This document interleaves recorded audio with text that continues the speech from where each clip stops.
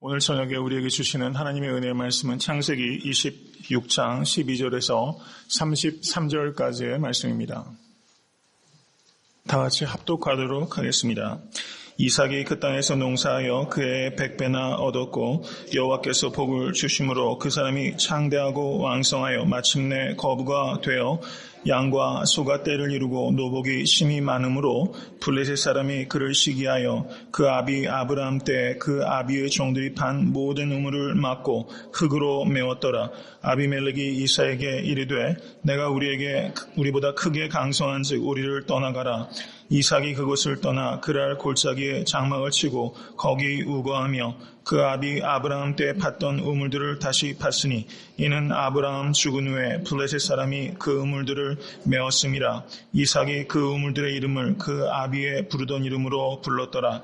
이삭의 종들이 골짜기에 파서 샘 근원을 얻었더니 그랄 목자들이 이삭의 목자와 다투어 가로되 이 물은 우리의 것이라 하매 이삭이 그 다툼을 인하여 그 우물 이름을 에색이라 하였으며 또 다른 우물을 팠더니 그들이 또 다투는 고로 그 이름을 신나라 하였으며 이삭이 거기서 옮겨 다른 우물을 팠더니 그들이 다투지 아니하였으므로 그 이름을 르호봇이라 하여 가로되 이제는 여호와께서 우리의 장수를 넓게 하셨으니 이 땅에서 우리가 번성하리로다 하였더라. 이삭이 거기로부터 브엘사바로 올라갔더니 그 밤에 여호와께서 그에게 나타나 가라사대 나는 내 아비 아브라함의 하나님이니 두려워 말라. 내 종 아브라함을 위하여 내가 너와 함께 있어 내게 복을 주어 내 자손으로 번성케 하리라 하신지라. 이삭이 그곳에 단을 쌓아 여호와 이름을 부르고 거기 장막을 쳤더니 그 종들이 거기서도 우물을 팠더라. 아비멜렉이 그 충구 아우삿과 군대장관 비골로 더불어 그랄에서부터 이삭에게로 온지라. 이삭이 그들에게 이르되 너희가 나를 미워하여 나로 너희를 떠나게 하였거늘 어찌하여 내게 왔느냐. 그들이 가로되 여호와께서 너와 함께 계심을 우리가 분명히 보았으므로 우리의 사이 곧 우리와 너희 사이에 맹세를 세워 너와 계약을 맺으리라 말하였노라. 너는 우리를 해하지 말라. 이는 우리가 너를 범하지 아니하고 선한 일만 내게 행하며 너로 평안히 가게 하였음이니라. 이제 너는 여호와께 복을 받은 자니라.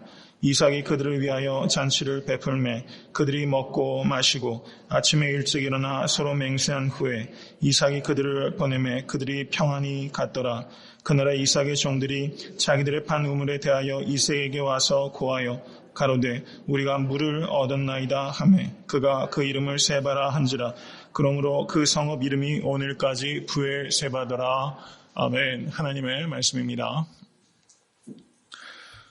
12절에서 14절을 보시면 이삭이 그 땅에서 농사하여 그 해에 100배나 얻었고 여호와께서 복을 주심으로 그 사람이 창대하고 왕성하여 마침내 거부가 되어 양과 소가 떼를 이루고 노복이 심히 많았다라고 기록하고 있습니다.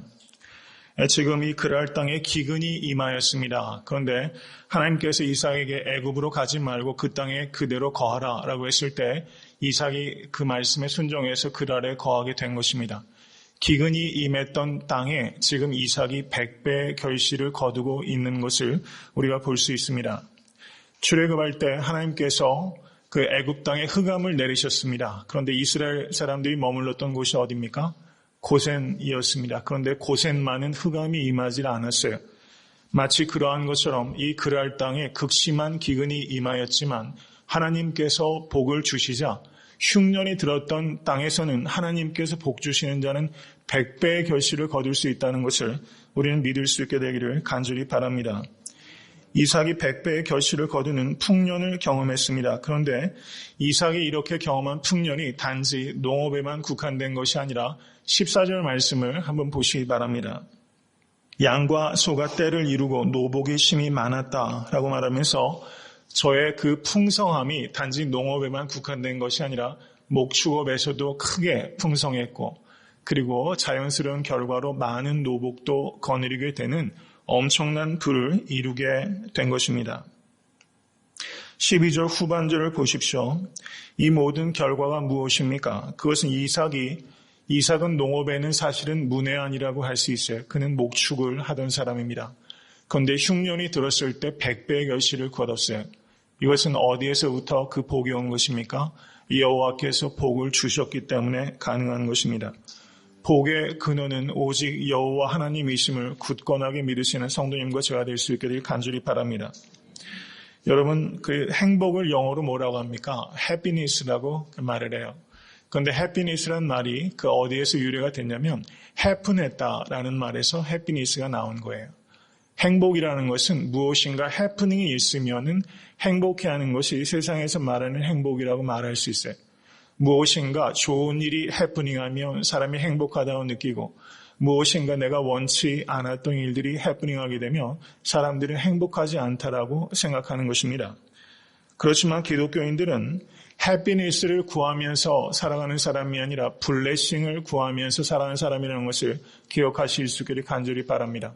이 해피니스와 이 블레싱은 큰 차이가 있는 거예요. 여러분, 워렌 위어스비라는 신학자가 있습니다. 신학자이면서 목회자입니다. 그분이 이런 말을 하셨어요. 얼마나 귀한 말인지 모릅니다. 경청하시기 바랍니다. 블레싱이 있기 위해서는 반드시 블리딩이 있어야 됩니다. 라고 말을 했어요. 축복이 있기 위해서는 반드시 블리딩, 피 흘림이 있어야지 축복이 있습니다. 이렇게 말씀하신 것입니다. 우리 주 예수 그리스도께서 그 보배로운 피를 흘리심으로 말미암아 우리에게 블레싱이 임하게 된 것을 믿으실 수 있게 되길 간절히 바랍니다. 우리는 이 블레싱을 받은 사람이에요. 이미 예수님을 주와 그리스도로 영접한 사람은 이 블레싱을 받은 사람인 것입니다. 이것을 믿으실 수 있게 간절히 바라요. 이 세상에 해프닝에 좌우되는 그런 환경에 따라서 불행이 갈리는 그런 연약하고 어리석은 존재가 아니라 우리는 우리 주 예수 그리스도의 피 흘림으로 말미암아 우리는 축복을 받은 사람입니다. 여러분, 삶의 의미는 어디에 있습니까? 그것은 우리가 예수 그리스도를 본받아 자기 십자가를 짐으로 우리도 블리딩을 통해서 우리의 희생을 통해서 다른 사람에게 축복을 나누는 삶을 살아갈 때 진정한 복된 삶이 된다는 것을 믿으시는 여러분과 제가 될 수 있게 되기를 간절히 바랍니다. 오늘 본문을 보시면 26장 13절을 보십시오. 그 사람이 창대하고 왕성하여 마침내 거부가 됐다. 이렇게 표현하고 있어요. 성경에 거부란 표현이 많이 나오는 것 같지는 않아요. 이삭이 거부가 됐어요. 아브라함도 물질적으로 크게 복을 받았던 사람이고 이삭은 저가 창대하고 왕성하여 거부가 됐다라고 표현이 되고 있을 만큼 물질적인 복을 받은 사람이었습니다. 여러분, 기복신앙이 무엇이라고 생각하십니까? 우리가 기복신앙을 여러 가지로 정의할 수 있지만 삶이 없이 복받기만을 구하는 것을 기복신앙이라고 하는 것입니다. 이것을 깊이 생각하십시오. 삶이 없이 복받기만을 구하는 것을 기복신앙이라고 하는 것입니다. 이방인들도 이것을 구합니다. 삶에는 관심을 갖지 않고 복받기만을 구해요. 물질적인 복만을 구합니다. 여러분, 정한수 앞에 놓고 여러분 얼마나 백일기도 드리는지 몰라요. 다른 이방인들도 우상 숭배하는 자들도 다 그렇게. 그러나 그들은 삶이 변하는 것에 궁극적인 관심을 갖고 있지 않습니다. 여러분, 아브라함과 이삭처럼 복받기 구하기 이전에 여러분과 제가 구해야 될 것은 아브라함과 이삭처럼 순종하기 위해 힘쓰실 수 있게 될 간절히 바랍니다. 아브라함과 이삭처럼 하나님을 사랑하실 수 있는 여러분과 제가 될 수 있게 될 간절히 바랍니다. 그러면 그 자연스러운 결과는 아브라함과 이삭처럼 복받는 삶이 될 줄로 믿습니다. 복된 자가 되실 수 있게 되기를 간절히 바랍니다. 우리가 복받는 것보다 중요한 것은 우리 한 사람 한 사람이 복된 자가 되는 거예요. 우리가 복된 자가 되어서 복을 나누실 수 있는 아브라함의 후손이 되시는 여러분과 제가 될 수 있기를 간절히 바랍니다. 신명기 15장 14절에서 15절의 말씀을 보시면 이렇게 말씀합니다. 내가 만일 내 하나님 여호와의 말씀만 듣고 내가 오늘날 내게 명하는 그 명령을 다 지켜 행하면 내 하나님 여호와께서 내게 유업으로 주신 땅에서 내가 정녕 복을 받으리니 너희 중에 가난한 자가 없으리라. 믿으십니까? 여기에서 복을 받는 전제 조건이 무엇입니까? 그것은 하나님의 명령을 지키며 복을 받게 될 것이다. 가난한 자가 없게 될 것이다. 하나님께서 분명하게 약속하셨어요. 여러분, 우리는 예수님을 순종해서 구원을 얻게 되는 것이 아니라 우리는 믿어서 구원을 얻게 되는 것입니다. 그런데 복은 순종해서 얻게 된다는 것을 기억하실 수 있게 간절히 바랍니다. 여호와의 말씀을 주야로 묵상하고 그 말씀을 항상 신비의 세계에서 순종하면 반드시 복받게 되는 것입니다. 이것을 믿으실 수 있게 되길 바랍니다. 순종하는 자는 하나님께서 그 삶을 책임져 주시는 것을 우리는 믿어야만 되는 것입니다. 여러분, 세상을 보면 부자들이 많이 있어요. 그런데 어떻습니까? 부자가 돼서 하나님께 가까이 오는 사람은 사실은 드물어요. 부자가 되면은 하나님을 떠나는 사람들이 많이 있는 것 같아요. 부자가 되면 자신을 높이는 사람들이 많이 있습니다. 저는 애타한테 섬기는 교회 모든 성도님들께서 깨끗한 부자 될 수 있게 되길 간절히 바랍니다. 부자가 되어서 하나님을 떠나는 사람이 아니라 오늘 본문에 나타나는 이삭처럼 부자가 되어서 하나님과 사람에게 더욱더 사랑받는 그런 부자가 되시는 여러분과 제가 될 수 있게 되기를 간절히 바랍니다. 24절의 말씀을 보시기 바랍니다. 양과 소가 떼를 이루고 노복이 심히 많으므로 블레셋 사람이 그를 시기하였다. 이렇게 말씀하고 있어요. 삶이라는 게 참 단순하지 않은 것 같아요. 여러분 어떻습니까? 이렇게 부자가 되면 주변에 항상 시기하는 사람들이 늘 많이 있기 마련이에요. 이삭이 거둔 부요가 이 사람들에게 크게 마음속에 시기심을 일으키게 된 것입니다. 그래서 그 결과 이삭의 아비 아브라함이 팠던 그 우물들을 사람이 흙더미로 메우는 그런 상식 밖의 행동을 하게 됩니다. 사람이 시기심에 눈이 멀게 되면 상식 밖의 행동들을 하게 될 때가 많이 있어요. 여태까지 살아오면서 여러분들은 어떠셨습니까? 중동에서 우물의 의미는 매우 절대적인 의미를 가지고 있습니다. T.L. 톰슨이라는 학자가 그의 소논문에서 청동기 시대 때 이 지역의 연중 강수량이 약 300mm 그 정도밖에는 되지 않았다고 그래요. 연중의 강우량이 약 300mm 정도밖에 되지 않았습니다. 그렇기 때문에 여기에서 이 우물이라는 것은 곧 생명을 의미하는 것입니다. 지금 이삭이 농사가 100배나 결실을 거두게 되었고 많은 양과 소를 거두게 되었어요. 그런데 우물을 잃게 되면 자기의 전부를 다 잃어버린 의미가 되는 것입니다. 이것은 이 사람들이 이삭의 생명줄을 끊어놓는 적대 행위를 한 것이라고 볼 수 있습니다. 16절의 말씀을 보십시오. 아비멜렉이 이삭에게 이르되 내가 우리보다 크게 강성한 즉 우리를 떠나가라 라고 아비멜렉이 말을 했어요. 우리를 떠나가라. 그런데 10절의 말씀을 보시기 바랍니다. 아비멜렉이 가로되 내가 어찌 우리에게 이렇게 행하였느냐. 백성 중 하나가 내 아내와 동침하기 쉬웠을 뻔하였은즉 내가 죄를 우리에게 입혔으리라. 아비멜렉이 이에 모든 백성에게 명하여 가로되 이 사람이나 그 아내에게 범하는 자는 죽이리라 라고 말하면서 이삭이 거짓말했을 때 아비멜렉이 이삭을 오히려 보호해 줬어요. 그런데 지금 오늘 본문 말씀 16절에서 어떻게 합니까? 이 동일한 아비멜렉이 이삭을 떠나라고 말을 하고 있는 거예요. 여러분, 다른 사람이 여러분에게 거짓말했다는 것을 알게 되면 어떻습니까? 배신감을 느끼실 때가 많이 있으시잖아요. 그런데 거짓말을 한 사람을 용서하는 것보다 나보다 잘 되는 사람을 품기가 어떤 의미에서는 더 어렵다는 것을 우리가 깨달아야 돼요. 거짓말을 했을 때 아비멜렉은 이삭을 보호해 줬는데 이삭이 자기가 허락한 땅에서 크게 거부가 되자 아비멜렉이 그 꼴은 못 보는 거예요. 여러분, 이것이 사람이라는 것을 우리가 깊이 생각해야 됩니다. 근데 28절의 말씀을 보십시오. 28절의 말씀을 보시면 또다시 아비멜렉이 등장합니다. 그들이 가로되 여호와께서 너와 함께 계심을 우리가 분명히 보았으므로 우리의 사이 곧 우리와 너희 사이에 맹세를 세워 너와 계약을 맺으리라 말하였노라. 너는 우리를 해하지 말라. 이는 우리가 너를 범하지 아니하고 선한 일만 내게 행하며 너로 평안히 가게 하였음이니라. 이제 너는 여호와께 복을 받은 자니라. 이렇게 말하고 있어요. 아비멜렉이 10절에서의 아비멜렉과 16절의 아비멜렉과 28절의 아비멜렉은 어떻습니까? 동일한 사람인데 전혀 다른 사람처럼 말을 하고 있다는 것을 우리가 볼 수 있어요. 여러분, 우리들 한 사람 한 사람은 이렇게 변하기 쉬운 약하고 악한 존재라는 것을 깊이 생각하실 수 있게 되길 바랍니다. 이것이 아비멜렉의 문제만이 아니라는 것을 우리는 깊이 생각해야 돼요. 우리 안에 아비멜렉이 있다는 것을 생각하실 수 있게 되기를 간절히 바랍니다. 사람이 이렇게 변하기 쉬운 존재예요. 내가 이렇게 변하기 쉬운 존재라는 것을 항상 깨워서 경계하는 사람은 변하지 않을 수 있습니다. 근데 나는 절대로 변하지 않는다고 과신하는 사람은 오히려 쉽게 변하기가 쉬워요. 내가 얼마나 변하기 쉬운 약하고 악한 존재인지를 항상 깨닫고, 여러분 자기 인격 믿지 마세요. 오직 예수님만 믿으실 수 있기를 간절히 바랍니다.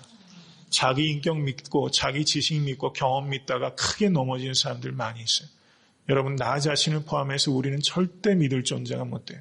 우린 기도하고 하나님께 매 순간 의지하지 않으면 이렇게 아비멜렉처럼 손바닥 뒤집듯이 변하는 사람이라는 것을 우린 깊이 생각할 수 있게 되기를 간절히 바랍니다. 여러분, 시기심이 남자에게 많습니까? 여자에게 많습니까? 흔히 여자에게 시기심이 많다고 이렇게 이야기를 하지만 가만히 보면 남자의 시기심도 만만치 않은 것 같아요. 웃으시는 분은 전과가 좀 있으신 모양입니다. 예, 고린도전서 13장을 보시면 사랑은 어떡합니까? 사랑은 투기하지 아니하며 라고 말하고 있어요. 여러분, 세상에서 잘못 얘기하는 사람들이 있어요. 시기하는 것이 사랑의 이면이다 이렇게 말하는 사람들이 더러 있는 것 같아요. 그런데 성경은 이 시기가 사랑의 또 다른 얼굴이라고 말하는 것이 아니라 사랑은 투기하지 않는다라고 말씀하고 있다는 것입니다. 우리들이 일반적으로 이 시기하는 것을 가볍게 대할 때가 많이 있다는 것을 말씀드리는 것입니다. 가인이 아벨을 죽인 것도 시기 때문이고 사울이 형편없이 전락하게 된 것도 다윗을 시기했기 때문이라는 것입니다. 여러분, 악마는 시기심을 조장해서 우리들을 무너뜨리기 위해서 항상 우리를 주목하고 있다는 것을 경계하실 수 있기를 간절히 바랍니다. 내가 누군가를 시기하면 그 사람을 아프게 하지만 결과적으로 그 시기는 부메랑처럼 돌아와서 나를 상하게 한다는 것을 기억하실 수 있게 되기를 간절히 바랍니다. 여러분, 다른 사람이 성공하면 여러분 그 성공에 대해서 존경하는 마음이 먼저 드십니까? 아니면 시기하는 마음이 먼저 드십니까? 우리가 불행을 당하는 사람을 만나게 되면 그 사람을 동정하는 사람은 한 명이라면 누군가가 성공을 하게 되면 그 사람을 시기하는 사람은 1000명이다라는 말이 있어요. 좀 과장이 있는지 몰라요. 그런데 가만히 우리들 속을 한번 들여다보면은요, 우리가 불행 당하는 사람을 불쌍히 여기는 마음은 사실상 우리한테 들 때가 많이 있어요. 근데 누군가가 잘 된다는 소식을 들면 우리가 별로 속이 편안하지 못하는 아주 속 좁은 마음이 여러분 제 안에도 있다는 것을 저는 가끔 발견하게 돼요. 그것을 우리는 깊이 생각해야 됩니다. 여러분, 목회자가 다른 목회자가 설교 잘하는 거 보면은 배워야겠다는 생각하는 마음보다 시기하는 마음이 들 때가 많고, 교회 내에서도 같은 종류의 사역을 하는 사람이 그 사역을 통해서 많은 열매를 맺으면 시기하는 마음이 드는 거예요. 여러분, 제가 예전에 글을 통해서 한 선교사님이 보니까 그분이 의사셨던 것 같아요. 모든 것 다 내려놓고 선교지로 가셨어요. 자기가 갖고 있던 것들 다 내려놓으셨어요. 그런데 막상 선교지에 갔을 때 자기에게 시기심이 있다는 걸 알았다는 거예요. 같은 지역에서 선교하는 다른 선교사를 통해서 하나님께서 크게 역사하는 것을 볼 때 자기의 마음속에 그 시기심이 불처럼 일어나는 것을 발견했다는 것입니다. 여러분, 우리가 속 좁은 마음들을 내려놓으실 수 있게 되길 간절히 바랍니다. 여러분, 하나님의 나라라는 큰 틀에서 보실 수 있게 되기를 간절히 바랍니다. 하나님의 나라가 확장되는 것을 온전히 기뻐하실 수 있는 여러분과 제가 될 수 있기를 간절히 바랍니다. 멀리 있는 사람이 성공하면 우리는 시기하지 않아요. 그런데 가까이 있는 사람이 성공하게 되면 우리는 시기하는 마음을 가질 때가 많이 있다는 것입니다. 사촌이 땅을 사면 배가 아프다는 말은 정말 인간의 본성을 적절하게 짚은 말이라고 하지 않을 수가 없습니다. 잘된 사람을 시기하지 마시고 축복하시기로 결단하시는 여러분과 제가 될 수 있게 되기를 간절히 바랍니다. 우리가 자기 위에 있는 사람을 시기할 것이 아니라 자기 아래에 있는 사람을 섬기시는 데 삶을 들이실 수 있게 되기를 바랍니다. 자기보다 어려운 형편에 있는 사람을 섬기는 데 시간을 쏟으면 나보다 성공한 사람을 시기할 시간이 없는 거예요. 여러분, 항상 이것을 생각하시고 시기하지 마시고 축복하시는 여러분과 제가 될 수 있게 되기를 간절히 바랍니다. 그 뒤에 이어지는 내용을 한번 보십시오. 15절 말씀입니다. 그 아비 아브라함 때 그 아비의 종들이 판 모든 우물을 막고 흙으로 메웠더라. 아비멜렉이 이삭에게 이르되 내가 우리보다 크게 강성한즉 우리를 떠나가라. 17절의 말씀, 이삭이 그곳을 떠나 그랄 골짜기에 장막을 치고 거기 우거하며 그 아비 아브라함 때 팠던 우물들을 다시 팠으니 이는 아브라함 죽은 후에 블레셋 사람이 그 우물들을 메웠음이라. 이삭이 그 우물들의 이름을 그 아비의 부르던 이름으로 불렀더라 라고 말씀하고 있습니다. 이삭이 지금 아비멜렉이 우리를 떠나라 라고 말을 하고 있어요. 그런데 16절의 말씀을 가만히 보면 우리보다 크게 강성한 즉 우리를 떠나가라 라는 것이 이것이 협박한다라기보다는 부탁하는 어조를 지금 사용하고 있어요. 이삭에게는 노복이 많이 있었습니다. 이 당시에 노복이 많이 있었다는 것은 그 사람들이 언제든지 군사화 될 수 있다는 것을 의미해요. 지금 이삭이 그 노복을 가지고 이 아비멜렉과 전쟁이라도 벌이면 이긴다는 보장은 없어도 그래도 그들과 대적해서 싸울 만한 물리적인 힘을 이 이삭은 분명히 가지고 있었어요. 그런데 이삭이 여기에서 대항하기는커녕 원망조차 아니하고 저가 물러나는 모습을 우리가 본문을 통해서 볼 수 있게 된다는 것입니다. 이삭은 온유한 사람이었습니다. 시편 37편 1절에서 2절의 말씀을 보시면 이렇게 말씀합니다.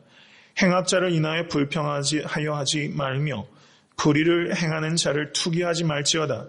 저희는 풀과 같이 속히 배임을 볼 것이며 푸른 채소같이 쇠잔할 것이미로다. 이렇게 말씀했어요.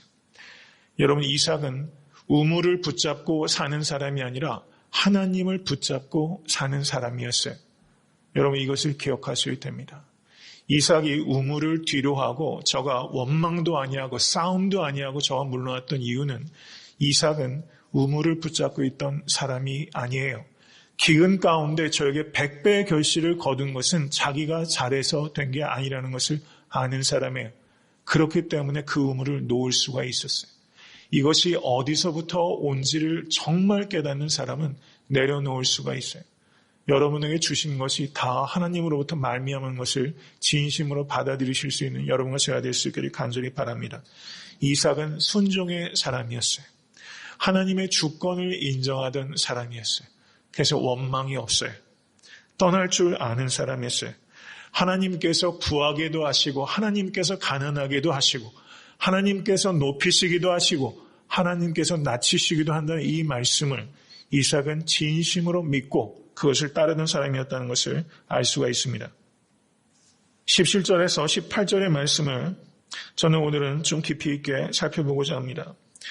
여러분, 그 마틴 로이드 존스 목사님, 영국의 목사님이셨는데 1981년도에 소천하셨어요. 저는 개인적으로 그분의 책을 굉장히 좋아합니다. 그런데 그분이 쓴 책 중에 부흥이라는 책이 있어요. 부흥. 그런데 그 부흥이라는 책에 창세기 26장 17절에서 18절의 말씀을 가지고 한 5번 정도 이 본문을 가지고 설교를 하셨어요. 그래서 그 내용의 주된 내용을 제가 이해하는 것을 축약해서 성도님들과 좀 나누고자 합니다. 1859년에 웨일즈에서 큰 부흥이 있었습니다. 그래서 그로부터 100주년을 맞아서 마틴 로이드 존스 목사님께서 부흥이란 주제로 약 40주를 설교를 하셨어요. 그런데 그 중에서 이 창세기 26장 17절에서 18절의 말씀을 가지고 거의 5주 정도를 설교를 하셨습니다. 거기에 그 서문에 이렇게 기록하고 있어요. 교회가 부흥하지 않으면 이 세상에는 소망이 없다. 믿으십니까? 여러분 정말 믿으세요? 교회가 부흥하지 않으면 이 세상엔 소망이 없습니다. 여러분 세상 사람들은 조소할 거예요. 그런데 정말 믿는 사람들은요. 교회가 부흥하지 않으면 이 세상에 소망이 없어요. 그래서 이 마틴 로이드 존스 목사님 평생에 목회하시면서 물론 부흥이란 타이틀로 40주를 설교하셨지만 평생에 골몰했던 주제가 이 바로 부흥이었어요. 여러분 정말 이 세상에 소망이 오직 교회의 부흥에 있다는 것을 믿는다면 여러분과 저는 부흥에 골몰할 수 있어야만 되는 것입니다.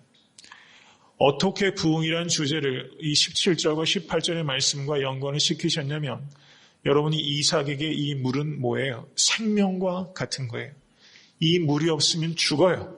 이 물이 없으면 메마르는 것입니다. 이 마틴 로이드 존스 목사님은 이 부흥이 없으면 세상이 메말라 죽을 수밖에 없다고 이해하셨기 때문에 지금 이삭에게 이 물은 바로 교회에게 부흥과 같은 것이다. 이렇게 이해하신 거예요. 이것은 본문을 강의해서 얻게 된 통찰이라기보다는 이 갖고 있는 심볼릭한 의미를 이 목사님께서 매우 깊이 있게 통찰하신 것이다. 저는 전적으로 공감합니다. 마틴 로이드 존스 목사님께서 이 설교를 시작하시면서 굉장히 중요한 포인트를 이야기하시는데 그것은 이삭이 하지 않은 일을 주목하라고 말씀하셨어요. 이삭이 하지 않은 일입니다. 18절의 말씀을 보세요. 이삭이 그곳을 떠나 그랄 골짜기에 장막을 쳤는데 그 아비 아브라함 때 팠던 우물들을 다시 팠다라고 말했어요. 저가 이제 우물이 필요한데 어떻습니까? 여러분 수맥 전문가들이 있잖아요.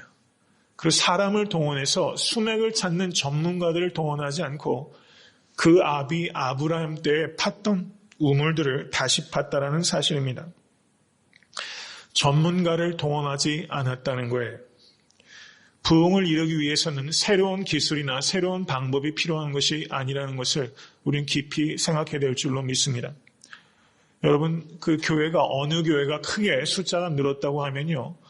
여러분, 가령 캐나다나 아이합이라든가 이런 그 미국에서 이렇게 막 뜨는 어떤 기관이나 어떤 그 집회 같은 게 있으면요. 미국에 있는 목사님들뿐만 아니라 한국에 있는 목사님들도 대거 그쪽으로 가요.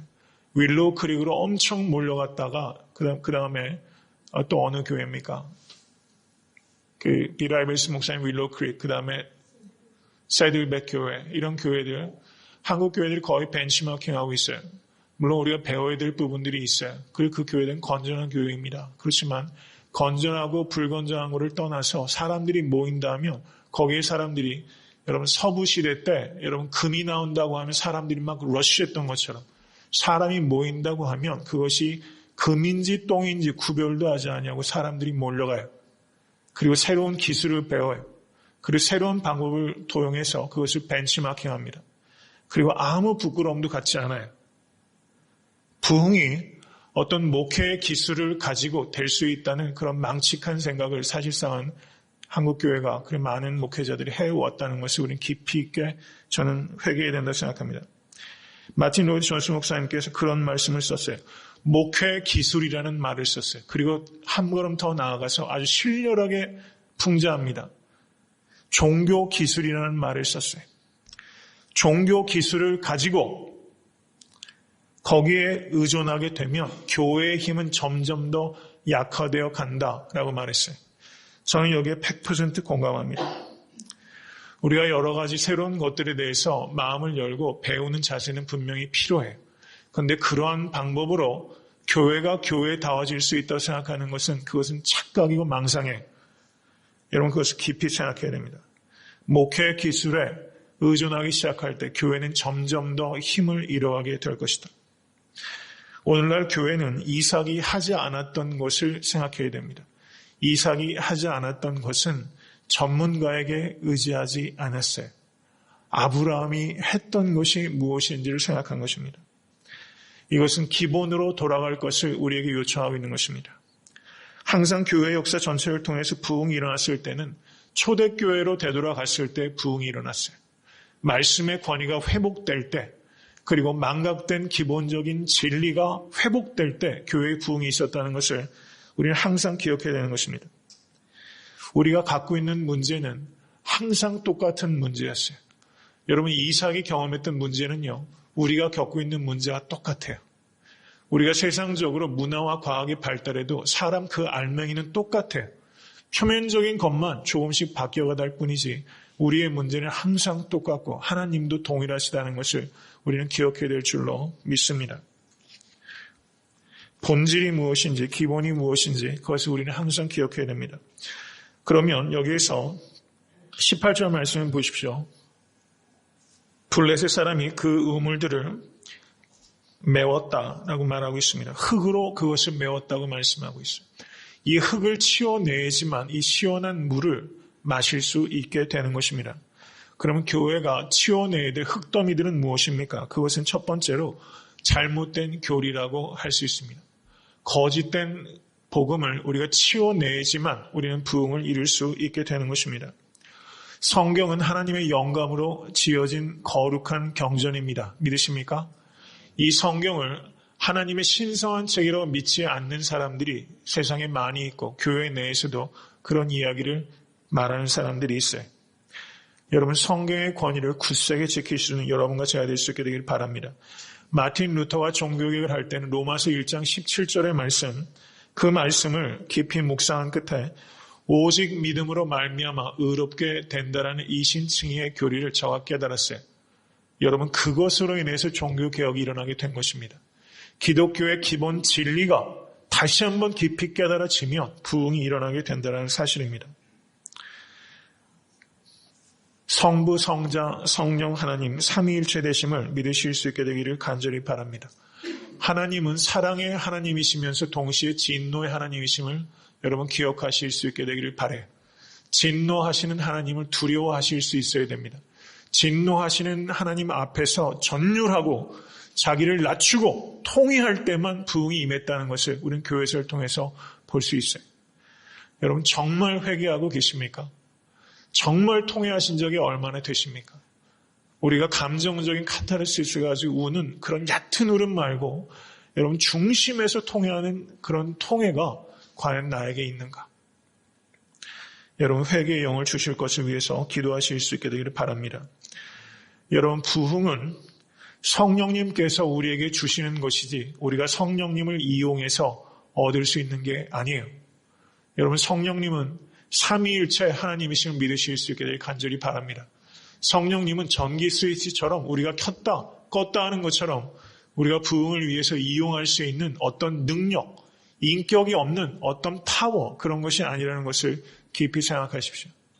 여러분, 성령님은 우리를 주관하시는 삼위일체 하나님이십니다. 부흥을 위해서 성령님을 이용하실 수 있다는 그것은 신성 모독입니다. 성령님께서 나를 이용하실 수 있도록 자신을 쳐서 복종시키는 여러분과 제가 될 수 있게 되기를 간절히 바랍니다. 제가 마틴 루터 존스 목사님 책을 읽으면서 크게 위로가 된 부분이 있어요. 저는 개인적으로 제가 그 유머가 있는 편은 아니라는 것을 잘 알고 있습니다. 그런데 괜찮다는 생각이 들었어요. 제가 왜 그런 생각을 했는지를 좀 말씀드릴게요. 여러분, 로버트 맥체인이라는 그 목사님이 계셨어요. 그분이 제가 그분의 그 전기나 이런 것을 읽어보진 못했어요. 제가 책을 통해서 그분이 하신 말씀들은 사실은 많이 이렇게 들었었고, 맥체인 성경 읽기표라는 거 여러분 들어보셨죠? 그분 이름을 따서 만든 게 맥체인 성경 읽기표더라고요. 경건하면 가장 대표적으로 말할 수 있는 분이 맥체인이라는 분인데, 이분이 보니까 29, 30 정도의 요절을 하셨더라고요. 병으로 일찍 세상을 떠나신 분이. 그런데 마틴 루터 존스 목사님 책에 이분을 이렇게 소개하고 있어요. 로버트 맥체인이라는 경건한 그 목사에 대해서 말씀을 나누고 싶습니다. 그가 강단에 올라 채 입을 열기도 전에 사람들이 눈물을 흘리며 무너졌던 일도 있었다고 합니다. 이 로버트 맥체인 목사가 강단에 올라가서 입을 열기도 전에 사람들이 눈물을 흘리면서 그 전부터 쓰러지기 시작했다는 거예요. 그리고 마틴 로이드 존스 목사님께서 이렇게 말하는 거예요. 로버트 맥체인 목사님에게는 장중함이 있습니다. 그는 하나님 앞에 있다가 오는 사람입니다. 그는 가벼운 태도로 강단에 오르지 않습니다. 그에게는 하나님의 광채가 있습니다. 그리고 무서울 정도의 진지함이 있습니다. 거룩하신 하나님을 믿으며 하나님의 진노하심을 선포하며 복음을 믿지 않는 사람들은 전부 지옥에 간다는 사실을 선포하면서 어떻게 경박하게 익사를 떨 수가 있겠습니까? 하나님께 속한 것들을 크고 깊고 심원한 진지함으로 대하는 태도는 부흥의 특징입니다. 이렇게 말했어요. 저는 이 말씀 앞에 제 자신을 되돌아보면서 저에게 이런 부분이 너무 부족하다는 것을 제가 생각하지 않을 수가 없었어요. 이런 진지함은 제 노력 가지고 가질 수 있는 게 아니에요. 이거는 제가 갖고 있는 성품 가지고 되는 문제가 아닌 것 같아요. 무서울 정도의 진지함을 가졌어요. 그에게 장중함이 있었어요. 하나님께서 주시는 광채가 있었어요. 나이가 30도 되기 전에 죽은 사람이에요. 20대 후반이에요. 저보다 훨씬 젊은 나이에 하나님께 부르심을 받았어요. 야, 그 나이에 어떻게 그런 장중함을 가지고 있었을까? 여러분, 사람을 향하여 장중하다는 표현을 어떻게 씁니까? 우리가 장중하다는 표현을 쓸 때도요, 우리가 작은 산을 표현할 때 그런 말 쓰는 거 별로 격에 안 맞아요. 적어도 지리산 같은 산을 얘기할 때, 에베레스트 산 같은 산을 얘기할 때 장중하다는 표현해요. 여러분, 30도 안 되는 목회자에게 저가 장중함이 있었다고 표현하는 것은 이 사람이 엄청난 무게를 가지고 있었어요. 그는 하나님 앞에 있다가 온 사람이래요. 저는 이렇게 못해요. 여러분, 근데 이런 소원을 갖게 돼요. 저는 여러분들에게 이런 소원이 있으실 수 있기를 바라요. 저분은 지금 하나님 앞에 있다가 온 사람입니다. 그게 보여요. 그게 저는 보일 수 있다고 믿어요. 이게 보이는 사람들이 있어요. 그게 보였기 때문에 30도 안 돼서 세상을 떠나는데 그 발자취가 있잖아요. 크고 깊고 심원한 진지함으로. 저는 그래서 참 생각하게 됩니다. 우리가 유머도 필요하고 또 유머를 통해서 스피치하는 게 효율성도 있고 저도 그런 유머를 갖기를 바라요, 사실은요. 그런데 그러면서도 여러분 말이죠. 하나님의 진노를 선포하고 이것을 믿지 않으면 모두 죽어서 없어지는 게 아니라 무로 돌아가는 게 아니라 영원한 징벌을 받는 거예요. 무로 가는 게 아니에요. 여러분 그러면 여러분 그게 아니지 않습니까? 영원한 징벌을 받아요. 그런데 어떻게 경박할 수 있겠냐라고 말하는 것입니다. 여러분 윌리엄 월스워스라는 그 시인이 이런 말을 했어요. 명료한 삶과 고매한 사고가 더 이상 없습니다. 라고 탄식했어요. 여러분 저를 한번 따라해 보십시오. 명료한 삶과 고매한 사고. 너무 좋은 말이더라고요. 이 말을 들으니까 너무 좋다 이런 생각이 했어요. 명료한 삶과 고매한 사고가 더 이상 찾아보기가 어려워요. 정말 이렇게 살아보고 싶지 않습니까? 명료한 삶과 고매한 사고. 정말 목회자로서 저에게 소원이 있다면 말이죠. 저는 제가 영향력이 있는 사람이 된다는 것보다 저는 이런 사람이 좀 됐으면 좋겠어요. 명료한 삶과 고매한 사고. 그리고 하나님께서 저에게 맡겨주신 대까지만 할 수 있었으면 좋겠어요. 그 이상을 제가 탐하지 않고 하나님께서 허락하신 데까지는 제가 정말로 그 일을 감당하고 싶은 마음이 듭니다. 여러분 명료한 삶과 고매한 사고를 사시길 바라요. 저는 여러분들에게 하나님의 광채가 나타날 수 있게 되길 바랍니다. 우리가 다 그것을 삶의 목표로 살아가신 여러분과 제가 될 수 있게 될 주님의 간절히 축원합니다. 세 번째로 걷어내야 되는 이 흙더미가 무엇인가? 첫 번째 흙더미는 오염된 교리를 걷어내야 된다고 말씀드렸어요. 두 번째는 경박함을 걷어내야 된다고 말씀을 드렸고 세 번째는 열광주의와 사이비 지성주의를 걷어내야 됩니다. 열광주의와 사이비 지성주의를 걷어내야 돼요. 여러분 때때로 언어를 정확하게 기억하는 게 필요할 때가 있어요.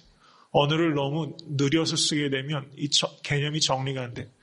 열광주의와 사이비 지성주의. 우리가 이런 말을 잘 쓰지 않지만 개념적으로 정의해야 할 때는 좀 함축적인 용어가 필요한 것을 말씀드리는 거예요. 저를 따라하십시오. 신앙생활은 낙하산이 아닙니다. 여러분 공중에서 낙하산 할 때 여러분 낙하산을 이렇게 메고 내리지 않습니까? 만약을 대비하는 차원에서 낙하산 준비하는 마음으로 혹시나 하는 마음으로 낙하산 준비하는 마음으로 신앙생활 하는 사람들이 많이 있어요. 그 사람들은 성경에서 진리를 만나지 못하고 성경에서 고작 교양을 찾아요. 성경에서 교양을 찾는 사람들이 많이 있어요. 교회를 출입하면서 신앙인이 되지 못하고 교양인밖에 못 되는 사람들이 많이 있습니다. 신앙이 내 삶에 영향을 끼치는 것을 원치 않아요. 내 삶의 중심에 이 신앙이 들어오는 것을 원치 않아요. 항상 이 십자가는 내 삶의 주변에 낙하산처럼 혹시나 사고가 발생하면 내가 타고 안전하게 할 수 있기 위해서 보험 들듯이 신앙생활하는 사람도 있습니다. 항상 일정한 거리를 유지해요. 십자가와 항상 거리를 유지합니다. 더 이상 가까워지지도 않고 멀어지지도 않아요. 그러면서 어떻게 생각하는 줄 아십니까? 나는 지성적이라고 생각해요. 그것을 걷어내실 수 있는 여러분과 제가 될 수 있길 간절히 바랍니다. 현대 한국 교회의 문제 가운데 하나는 지나치게 얄팍한 감성주의에 호소하고 있다는 사실이에요. 여러분, 한국 교회의 문제는 이 지나친 감정주의예요.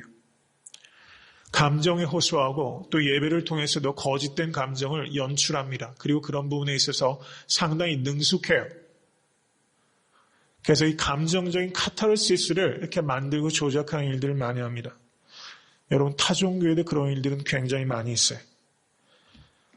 여러분, 기독교인들은 감정에 접근할 때도 진리로 접근해야 되는 것입니다.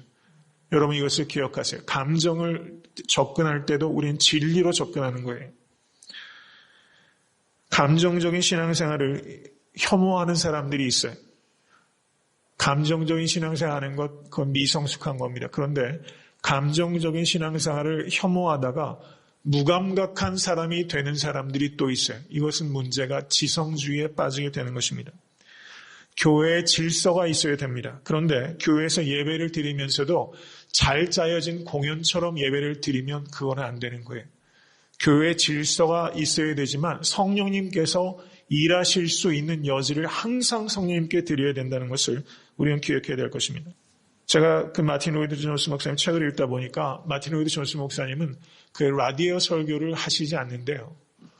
왜 그 이유를 보니까 라디오에서 설교를 이렇게 하시다가 성령께서 임하시면 여러분 그걸 어떻게 자기가 시간을 컨트롤하겠어요. 그런데 라디오 프로그램이라는 것이 시간이 제한되어 있지 않습니까?